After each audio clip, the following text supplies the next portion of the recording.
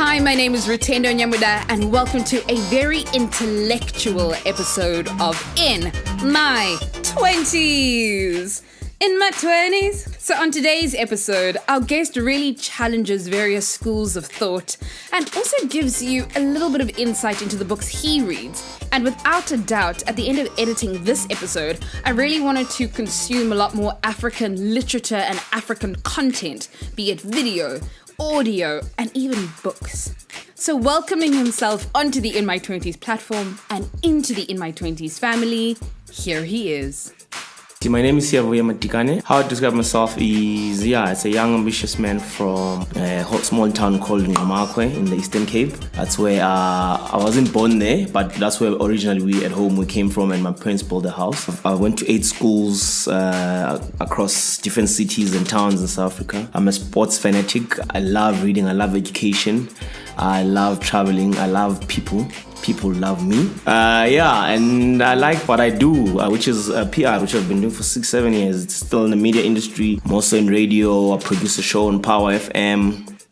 Now, on every episode of the In My 20s podcast, my guests always come through with these incredible mind moments or gem moments, and this is just one of them. Yeah. Whereas before, when I was in high school, I always felt like schools wanted us to be white people from England. We're just in the wrong environment. But that's also what was praised. It's like, how well can you recite Macbeth's, whatever. How much can you twang? Exactly. How much can you... But Steve Biko was asking, what's wrong with me? The In My 20s podcast is split up into 3 sections. In the first section, we get to hear a little bit more about Sia's career journey. In the second section, we dive into today's topic, which is all about reading and how reading is really the cure for ignorance. And finally, rounding up all 3 sections is a conversation about the all-encompassing 20s journey and some lessons that Sia learned along the way. So without further delay, let's get straight into it. And so, Sia, give us a little bit of insight into your background and how did you get to where you are today? Yeah, so I did a BA Law and English because my dad wanted me to study and I wanted to play football. So we sort of met halfway and he said, I signed with a team called Bushbucks in East London, and I went down, I was training, and the one day he said, come to Forte in town when you're done. I said, I don't know where that is. He said, okay, I'll fetch you. And I got there, he was already halfway through the line trying to register me because I'd passed matric well enough. Nice marks. So then he registered me for this BA Law because I said I didn't want to do LLB because I wanted to do writing if I was going to study anything. So he's like, okay, we'll do this one and then you'll see. Because I think in his head I was still young, I didn't know what I wanted. At the end of that year, I passed well the first year, but I was like, no, let me do football for a bit full time, and I did that. Mm-hmm. So I went to play for a team called the VAL at the VAL University. Mm-hmm. In the Vodacom League, which was 2nd division. I played there for almost a year, 2006. Mm-hmm. And then they didn't renew my contract. My dad then said, okay, you need to go back to school. I said, we'll see. And I got a sports scholarship with the University of Pretoria to play football for them. Mm-hmm. Towards the end of 2010, he's like, because of the World Cup thing and the football fever and journalists, whatever, he was excited. Everyone was excited.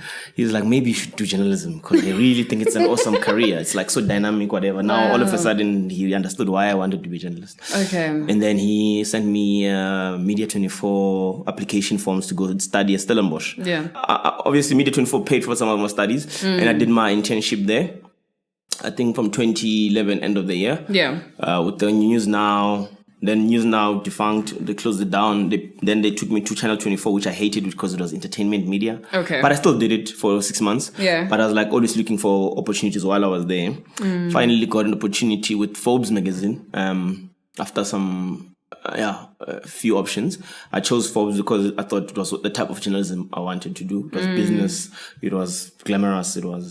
I was going to go with places. The billionaires, the top of the top. I was going to meet those guys. Yes, yeah. So I was there. Yeah. And that's when I met you. Yeah.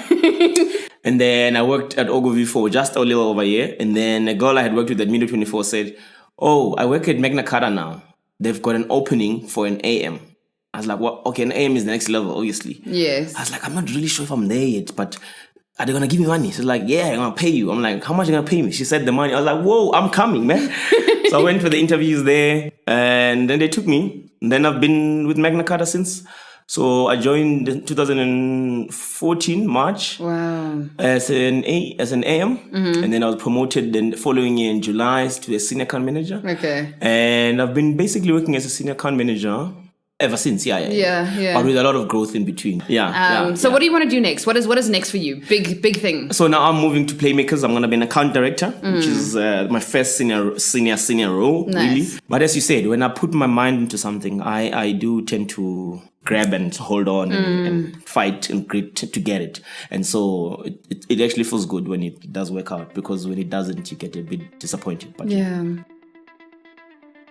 And you've mentioned your passion and love for knowledge and reading and how you've always just been that person who, in their spare time, actually is just reading and not social media stalking people. I do. I also do that. There's enough 24 hours in a day to do all of them. Yeah. Yes, yeah. How did you become such a, I want to say bookworm or intellect in that sense, where you've just craved knowledge and therefore have put yourself in that position? Well, I can tell you now, my family background is like a thing, because my dad is like into reading. It's like, so when I was a kid and you want to hang out with your dad, you're a kid. Yeah. But my dad doesn't talk like as much as I do. Yeah. And he just sits and crosses his leg. He doesn't even party. He doesn't even do anything. He'll just sit in the couch and open a newspaper. And like, boom, and you don't see him because he's the other side and you're the other side and you're trying to talk about the soccer. And then he gets irritated and he gives you the sports page and he goes, read that. And then you go in and you actually enjoy it. And you're like, this is cool. This is awesome. But because it was a bonding thing with my dad, then he goes on to gives you books. And then it becomes like, but you're 9, 8, whatever. You're just trying to hang out with your dad. Yeah. And so the books are a bonding thing between me and him. He doesn't drink. He doesn't socialize. So the really thing for me, even now we engage a lot with him on politics and stuff that we read. I share articles with him. We talk about articles. We talk about current affairs that are happening.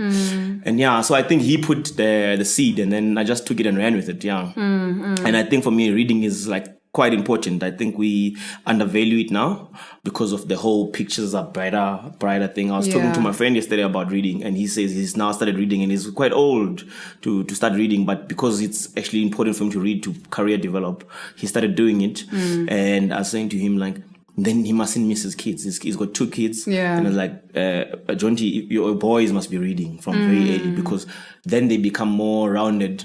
Before they traveled, they've traveled. I've been to Ghana, but I've never actually landed in Ghana. You know what I'm saying? Wow. I've been to Nigeria, but I've never been to Nigeria. And that's my thing. I want to go to Nigeria this year, right? Yeah. Visit a colleague of ours here. Okay. And I was like, but I've been to Nigeria. I know. Just by reading Siyavuya Madikane, I didn't learn only about the Biafra War, but I also learned about the mannerisms of Nigerians, the classism within Nigerians, the different tribes of Nigeria, Igbo, Yoruba, which area they are in, 100%. The cities, where is Port Harcourt, why would it be cut off from Lagos? I learned just by reading Siyavuya Madikane, one book. And it just changes your mind and your perspective. And how I view Nigerians all of a sudden for me was, I think Nigerians are the most awesome Africans that I exist. love Nigerians. I love Nigeria.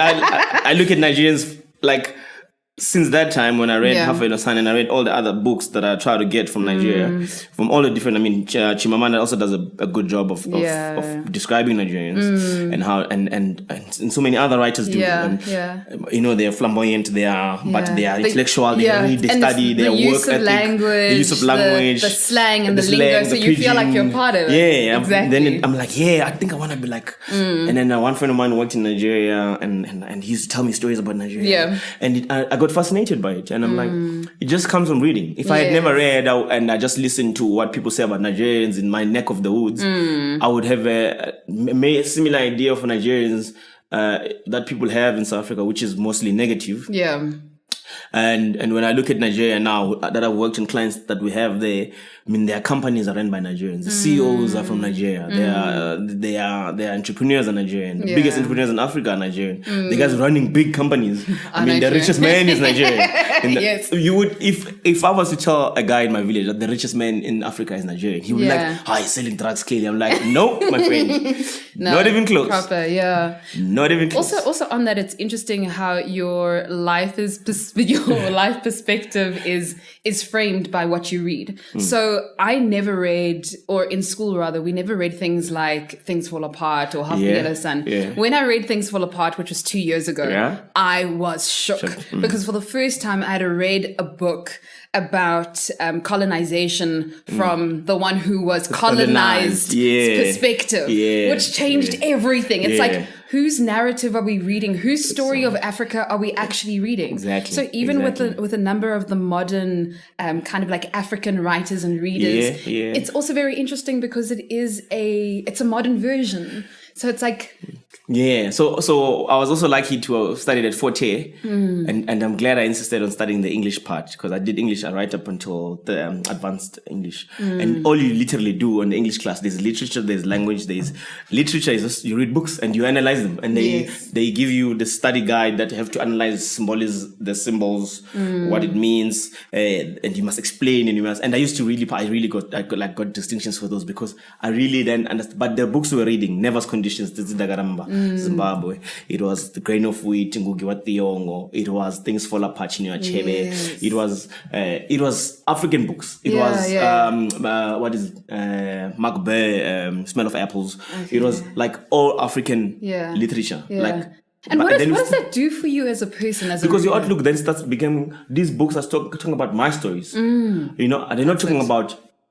We had a section where we studied Macbeth and the original English, European, but the big part of the work was on us. And then this would use it as a adding to us. So the focus is on us and then everything else is behind us. Whereas before, when I was in high school, I always felt like schools wanted us to be white people from England. We're just in the wrong environment. But that's also what was praised. It's like, how well can you recite Macbeth's, whatever. How much can you twang? Exactly. How much can you... How English can you be? How English can you sound? Yeah, how English can you sound? And I'm like, yo, man, I just want to be myself. What's wrong with me? And, having read Steve Biko because I write what I like, I was like... Yeah, Steve Biko, what he did and I read it very young, and I started understanding these issues very young, and obviously I became a bit radical very young, like in high school already. but Steve Biko was asking, what's wrong with me? Yes. And I'm like, I think we need to read more African stories, and we need to tell more African stories, because then a kid who grows up in Soweto doesn't have to act like French. He can just be himself in France. He doesn't have to go there in France and act like he's French when he's not. He can be there and say, I'm from Soweto. And this is how we speak in my hood. This is how I behave. There's nothing wrong with me. And I think for too long we were told that there's something wrong with us. There's nothing wrong with us. And by reading and telling our stories and writing and doing podcasts like this, it's an opportunity for us to change the way we look at ourselves. Never mind how people look at us, because you're not sitting and worry about what French and English people will think about you. I don't care. If I look at other Africans the way I look at myself, that means I'm in love with myself, and therefore I'm in love with Africa, all of it. That's beautiful. And I want to touch on what you said about the culture and the language and that perspective, because do you feel like to a certain extent right now as millennials, we're not preserving our languages or our cultures? Do you feel we're losing it? And if you do feel so, how do we regain it? I don't feel we're losing it, but language is a carrier of culture. But also language, like anything else, is evolving. So, like for instance now, when you listen to Metro FM, it's an English radio station, but they speak like all the languages. If you call in on Metro and I'm like, we might just be building a new language. Okay. Like Nigerians have got Pidgin English. We might just be creating our own new language. Yes. We no longer value just because you speak fluent, nice English, now you are this great person. No. Now I can speak like I'm speaking now, and people go, oh, he's got knowledge. Whereas before they wouldn't listen to me. You go to a boardroom. When I first started, I remember at Ogilvy, you'd stand and you'd be like, I'm never going to be able to speak like that. No. Because they will speak. It was mostly, obviously, white people and whatever. And it was a mix. But even the black people who spoke, I was like, yo, man, I need to be an account director. I'll never be an account director. I don't twang. I'm not. And they want you. But my ideas, but I was always sure that my idea is better than that one. Yes. It's just that I couldn't stand in front of them and say, I couldn't. It's not me. I wasn't raised like that. I went to English schools, but I was my parents insisted I don't speak like with the twang. They were like, no, you're not going to use a different accent 100%, to speak a different language. You're going to use yourself. And the thing is, if you try and be like other people, you're being a secondary version of them anyway. I promise you, I'm a kid. I was a kid, right? Yeah. And I used to try. I would twang at this break time. Then my twang voice doesn't work the second break because I'm tired. And then now it looks like I'm not a genuine person, right? And it's bad. And I'm like, yo, I don't want to be this person. I want to be myself. Every day I wake up now. I wake up and think of me, and how I am, and I'm proud, and I'm happy, and I'm proud of the people. Not I fit in here. I'm like, no. I want even my kids must like come into spaces and be themselves, whatever they are. They must. If the guy is gay and whatever, he must just be himself. He mustn't be. And we live in a country that framework wise is put that framework that everyone must be themselves. Yeah. But then you still find people with low self-esteem, and I'm saying, if your parents don't inculcate the reading culture, society must. Because that's the culture that's going to give you self-esteem, a backbone. Yeah. You're not going to be flippy and floppy whenever you come to a certain space, you are Tendo. Whenever you come to this space, you are Ruru. Whenever you come to this space, you are Hey, I'm Ray, or whatever, you know, and you are going to be just yourself. You're going to walk into a space and be confident in your being yourself. Yeah. Whatever it is that you are, you know, you're going to say there, you're going to get there, I'm Zimbabwean. And you just look at them in the face without flinching that I am from, no, originally I'm from Mutapa, whatever. You won't. You're not gonna have a moment of maybe I should say I'm from East London when I'm from Ngamako. Exactly. No, I'm from Ngamako. You don't know it. Google it, my friend. That's where I'm from. Like, I'm not telling you the nearest town. I'm telling you where I'm from. In PE, people usually be like, no, it's like 10 minutes outside PE, and you're like, no, it's not. No, bro, it's not 10 minutes out of PE. You are from where? Patterson. You're from Patterson. Just be from Patterson. Own yourself. But all different parts of your life. I mean, that's the confidence that you get from reading. And I'm not saying books only, reading. Like whatever, like even Daniel Steele work, whatever. Just read because you learn. There's stories in reading. You learn about Ruth's story and how he became so confident. You know, we want to make people like Steve Biko and Mandela and Chris like special. They are human beings. You just have to read and see what drove them to. And you'll see something within yourself. You can find yourself in that. You can, and I always say, for me, there's sleep, there's eating, there's physical activity, then there's reading. It's like breathing. Reading is the fourth thing that you do. And I don't see it enough with my peers. Never mind the younger millennials, but I don't see it enough across the spectrum. But whenever I'm in those spaces with people who read, I am amazed at the level of. I even like, don't say too much here. These people actually read. I was at the Mistra presentation for how the voting went analysis. And I was like, just shut up and listen. Everyone here knows exactly already the stuff you already know. Because they read, all of them. And it's a small room. It's not many people, but it's a small room. So fascinating what you said about listening, because I feel like we're also, to a certain extent, sometimes our generation can be not nervous, but they want to prove themselves. So even with things that they don't know, instead of being in an environment and go, I'm surrounded by people who have more knowledge and who are more intellectual than I am, and I could leave this room having the same knowledge that they have from that book, you're just like, no, let me tell you, instead of just pausing and being quiet. You're right. The younger generation is the me generation. And it's an argument I always have. I like talking, but as I've grown, I've also learned listening is actually it's not a better skill, but it's a good skill to have. As someone who's like speaking, I've had to learn, because if I do this, keep quiet and look at you talking, I might lose you. But if I say, what does that mean? Or is it? That's me listening. I'm engaged on that. And I will never forget the conversation because I was listening like that. If I kept quiet and you spoke, I will not. But you would have zoned out. I would have probably zoned out because my brain is doing 100 things. It's going at 120 the whole time. But listening is a very, very key thing. And I find that the younger generations don't listen. And I'm not talking about keeping quiet and staring at me. I'm talking about listening active, like taking what I'm saying and processing it in your head. And then coming out with something, a response. Always have a response if you must, but it has to be like from a well thought place. And reading can help you with listening. Because you will understand that when you read, there's no one who's ever read and said I became more stupid. Wow. Okay, if the formula is knowledge is power, and the more you read, the more smarter or more of an intellectual you will become. Therefore, the less you read, the less of an intellect you will become. therefore, based on that, if us as a generation aren't reading more, is that what the conclusion is? Or how are we gaining our knowledge? Well, yes. If you go through the human history, there's a book called From Fire to Freud. That's the bottom tag. But the book basically speaks about the human history. Okay. Right. And there was a stage after the Renaissance. There was a stage, I think it was before the Renaissance, where people stopped reading. And the world became more stupid. Oh, wow. There was less discoveries. There was less solving of issues.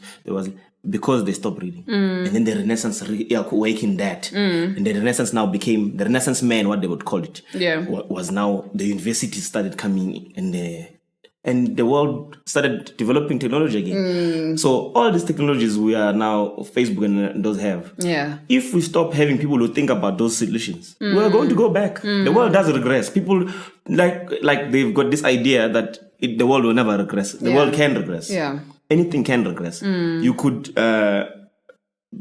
same way you can make money and lose it. Same way you can gain knowledge and lose it. Okay. You know, if I have a car accident and I get amnesia, I've lost all that knowledge. I must regain it. The brain would have to build itself, that bank again. So whatever you've gained, you can lose. Yeah, okay. And are we losing it? I think we are. I think because we are now starting to think similar and everyone thinks they're different, but they all wear the same stuff. But I don't know how they're different if you are all wearing the same stuff. So we've lost a lot of intellectual ability, and it comes from what? I mean, people now go to school like quick just to get a job. They don't go. Academia is not a fun, sexy career.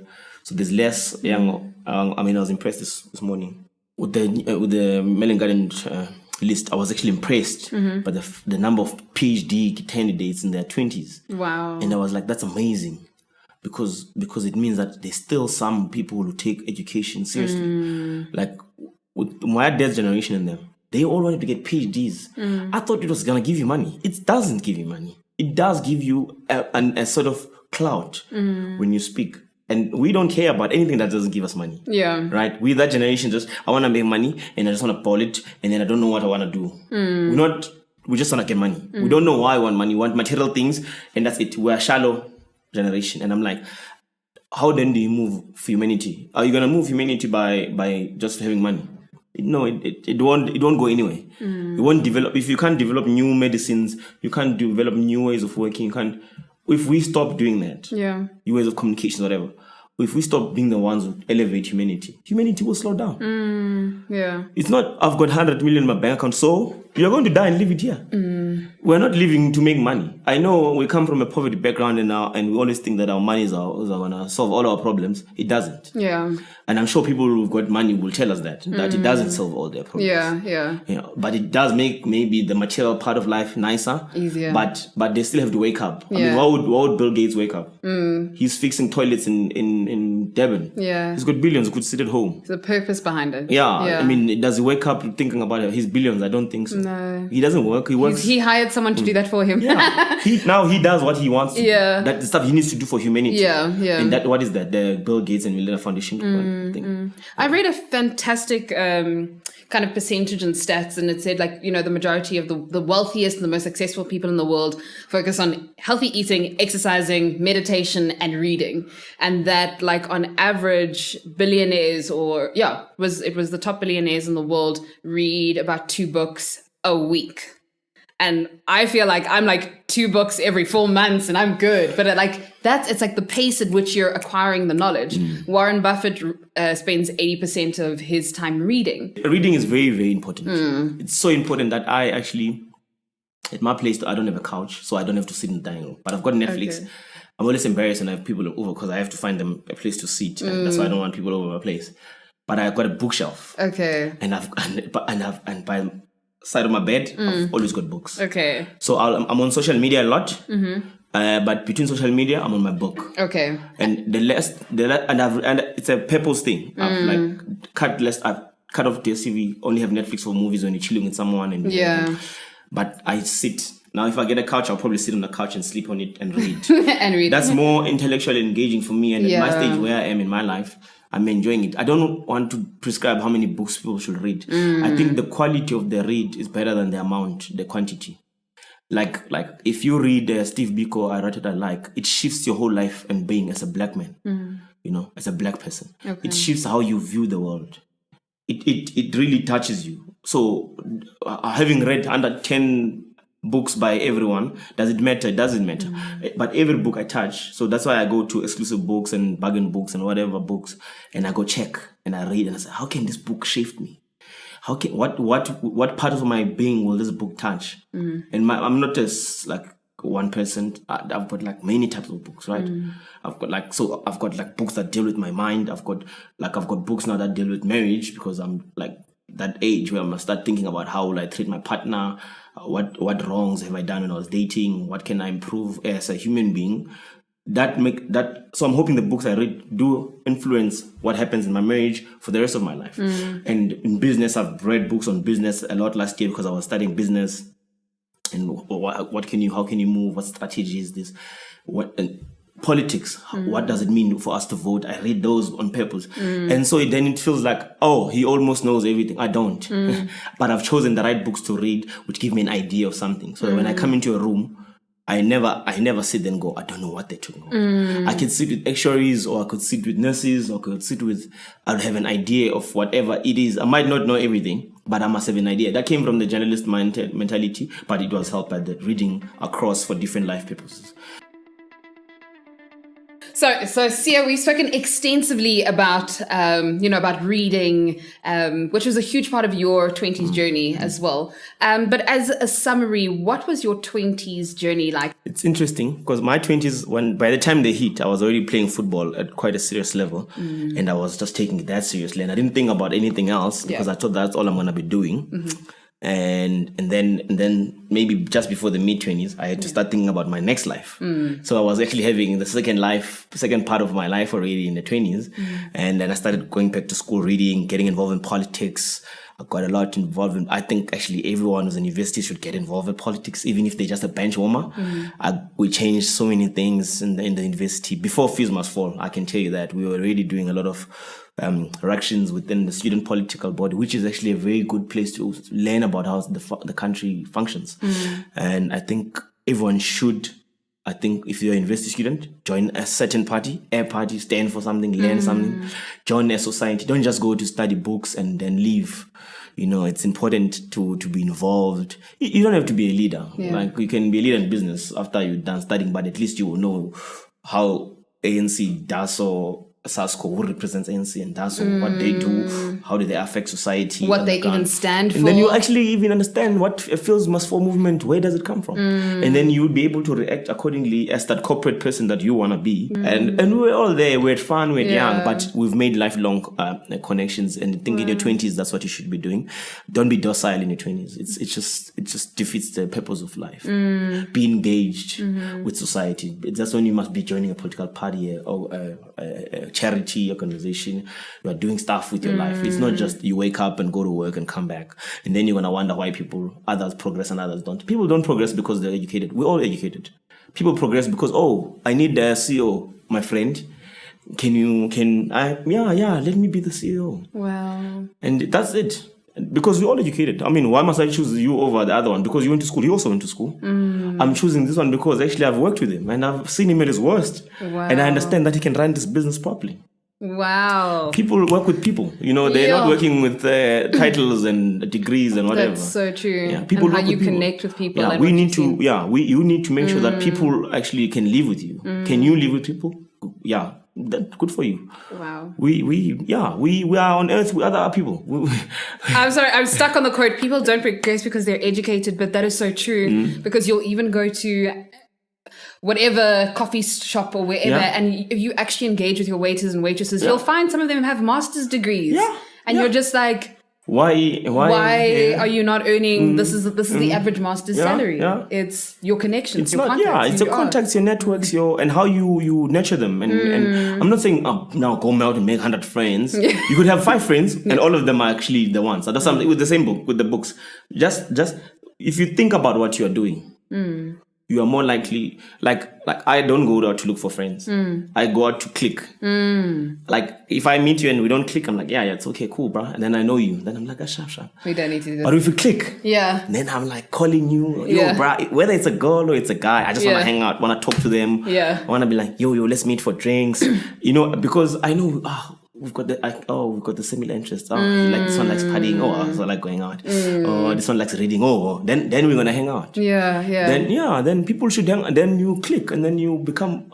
Being sociable is not a disaster, but obviously don't overdo it. So don't be something you're not, but do enjoy life in your 20s. Do enjoy life. It's a beautiful time. Responsibly, do it responsibly, and I think you'll set up yourself for a very good time in your 30s. Cool. 2 questions on the 20s journey. Have you ever experienced the quarter life crisis? Did you ever go through a moment where you're like, oh my gosh, what is happening? And what was it? That's when I left Tugs, and I was like, I don't think I'm gonna make it in life. I failed. I'm not making it in the first team. Wow. I'm over partying. I'm known by the bouncers in the club. That's a big sign that you should calm down when the bouncers know you. When they greet you, they're like, and I then had an honest conversation with my dad, and I said, let's restart. Let's, in football, there's a thing called you build a move, and then you go towards the final phase, and then you can't score, there's no opportunity, and then you say restart. Okay. And you go back to the back line and restart. And now we restarted, and I think we are almost scoring. Okay. That's amazing. Sure. And with all of the knowledge that you've shared with us today, and I think reading is so important, and the culture of reading and putting that back in its place, resetting and restarting so it is up there. What advice would you have for people in their 20s right now who are, I guess just in general, like what general advice do you have from people in their 20s based on your life experience? Get up every morning and go do what drives you. Go, if you don't have it, look for it. My dad always said that even when I was young, like you're going to make mistakes. You're going to hit brick walls. You're going to fail. You're going to fall. It is not how many times you fall. It is not how many failures you have. It's you getting up every day. And I find that if you're passionate about something, it's easy to get up. You can fail. If you want to be a doctor and you are studying medicine and you are failing some modules, it's easy for you to redo them and can continue until you become a doctor. Your persistence levels are easily encouraged by having passion for something. Don't do stuff because other people are doing it. Do the stuff that you love, and you might just make it, because failing there will be easier to get up for.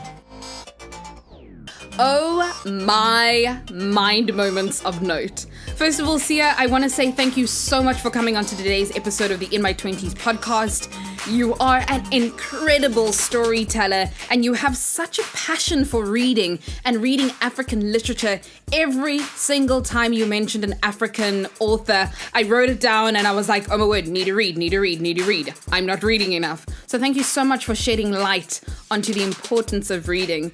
So guys, I want to say thank you so much for listening to today's podcast episode. If you would like to feature on the In My 20s podcast, or if you know an incredible 20-something-year-old who has a beautiful story to tell, or there is a topic that they're passionate about, please comment on any of our social media posts, be it on Instagram, Facebook, Twitter, YouTube, on all of the other platforms that we're on, and just hit us up. We want to engage with you guys.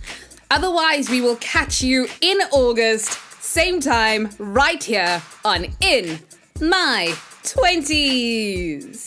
In my 20s, in my 20s, how old are you? I am the age that I said that I am when I told you I met you. I am in my 20s, I'm spiraling through my 20s. Okay, bye.